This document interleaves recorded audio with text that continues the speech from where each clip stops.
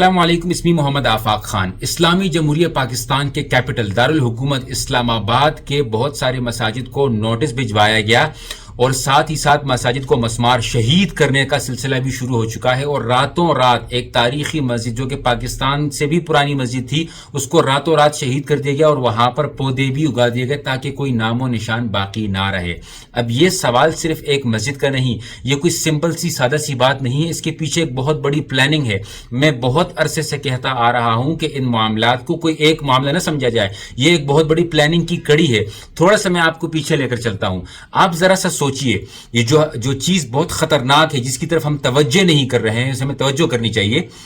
کہ دیکھیں ترکی ایک اسلامی ملک تھا، اس کو کیسے سیکولر ملک تبدیل کیا گیا، ایجپٹ کو کیسے سیکولر ملک بنایا گیا، تونیزیا کو کیسے سیکولر ملک بنایا گیا، بہت سارے عرب ممالک جو کہ اسلامی ممالک تھے ان کو کیسے سیکولر ملک بنایا گیا۔ سب سے پہلا حملہ مساجد اور مدارس پہ کیا گیا، مساجد کو اللیگل الزام لگا کر جو ہے وہ شہید کیا گیا، مساجد کو کہا گیا کہ یہاں پر پل بنیں گے، شہید کیا گیا، کہا گیا کہ بہت پرانی مسجد ہے، ڈاکیومنٹیشن نہیں مل رہی، مساجد کو شہید کیا گیا تاکہ اسلامی ہسٹری کو ختم کر دیا جائے۔ اسی طریقے سے مدارس کو سیکولر سکولز میں تبدیل کر دیا گیا، نظام ان کا تبدیل کر دیا گیا، سلیبس کیوریکولم ان کا تبدیل کر دیا گیا، اور دیکھتے ہی دیکھتے سالوں لگ گئے اور اچانک سے وہ ملک جو اسلامی ممالک تھے، جو اسلام کا قلعہ ممالک تھے، وہ ایک سیکولر ملک میں تبدیل ہو گئے، اور آج وہاں پر شراب، بے حیائی، سب کچھ مکمل طور پر عام ہے، اور وہاں کے لوگ اسلامی تعلیمات کے لیے ترستے ہیں اور صرف نام کے مسلمان باقی رہ گئے ہیں۔ یہی سلسلہ پاکستان کے ساتھ چل رہا ہے۔ آپ دیکھیں پہلے مدارس رجسٹریشن والا معاملہ، اتنا بڑا معاملہ اس کو بنایا گیا،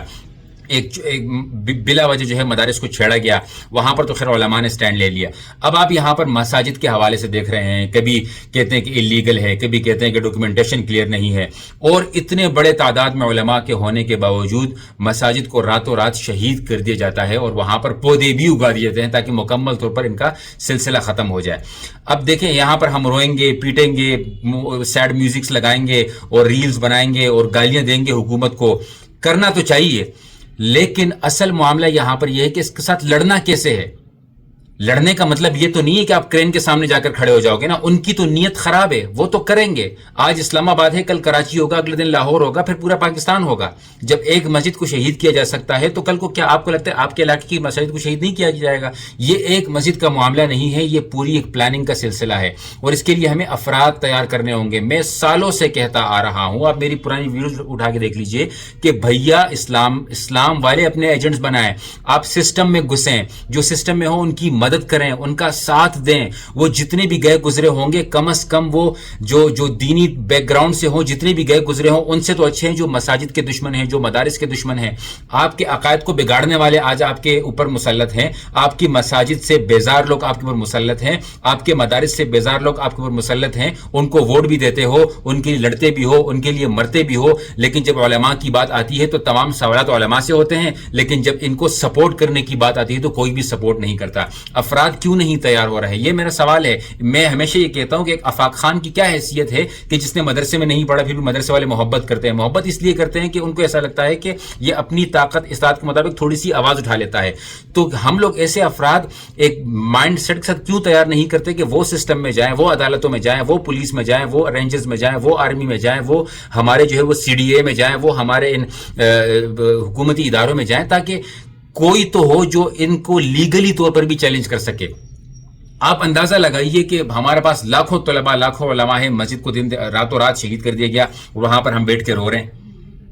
آپ اندازہ تو کیجئے، یہ کوئی یو کے نہیں، یہ میں امریکہ کی بات نہیں کر رہا، یہ میں کفار کے ملک کی بات نہیں کرتا، یہ میں اسلامی ملک کی بات کر رہا ہوں۔ تو آپ سے گزارش ہے کہ خدا را اس کے لیے آواز اٹھائیے، آپ سے گزارش ہے کہ اس کو ایسا سمجھیے کہ جیسے پاکستان کی آخری مسجد کو شہید کیا گیا ہے۔ ہم نے بہت ساری مساجد کے ساتھ ظلم ہوتا ہوا دیکھ لیا، مدارس کا ظلم ہوتا ہوا دیکھ لیا، لیکن کبھی سمجھتے ہیں کہ تو میرے علاقے کی نہیں ہے، کبھی سمجھتے ہیں کہ تو فلاں مولوی کی ہے، کبھی سمجھتے ہیں تو فلاں پولیٹیکل مذہبی سیاسی پارٹی کی کسی بندے کی مسجد تھی، یہ تو فلاں فرقے کی مسجد تھی۔ ٹھیک ہے،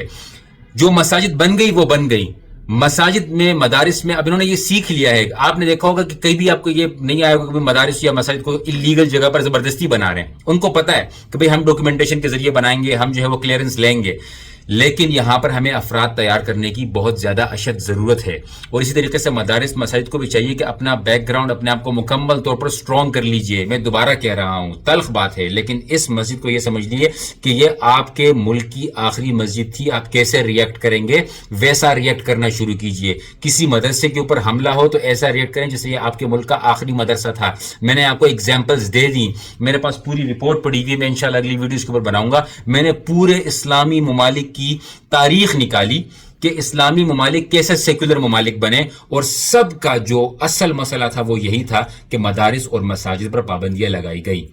یہی ایک وہ ریزن تھا جس نے اسلامی ممالک کو، مجاہدین کے ممالک کو، تبلیغی ممالک کو، علماء کے ممالک کو، اسلام کے قلعے جیسے ممالک کو سیکولر ممالک میں تبدیل کر دیا، جہاں پر آج شراب پانی کی طرح پیے جاتا ہے، جہاں پر ان کو پہلا کلمہ تک یاد نہیں، جہاں پر والدین اس بات پہ ڈپریشن کا شکار ہو رہے ہیں کہ بچوں کو تعلیم، اسلامی تعلیم کہاں سے دیں۔ آج یہ ہمارے ملک کے ساتھ ہو رہا ہے، واحد ہمارا ملک رہ چکا ہے، ہمیں کھڑے ہونا ہے اس کے اوپر اور ہمیں ان کا ساتھ دینا ہے۔ امید کرتا ہوں کہ آپ لوگ اس ویڈیو کو شیئر کریں گے اور جتنا ہو سکے اپنی طاقت استطاعت کے مطابق افراد کو تیار کریں، جتنا ہو سکے اس مسجد کے لیے آواز اٹھائیں، کیونکہ میں دوبارہ کہہ رہا ہوں یہ ایک مسجد کی بات نہیں، یہ پورے ایک سلسلے کی کڑی ہے۔ آج اس کو روکیں گے تو شاید یہ کچھ عرصے کے لیے یہ معاملہ رک جائے گا۔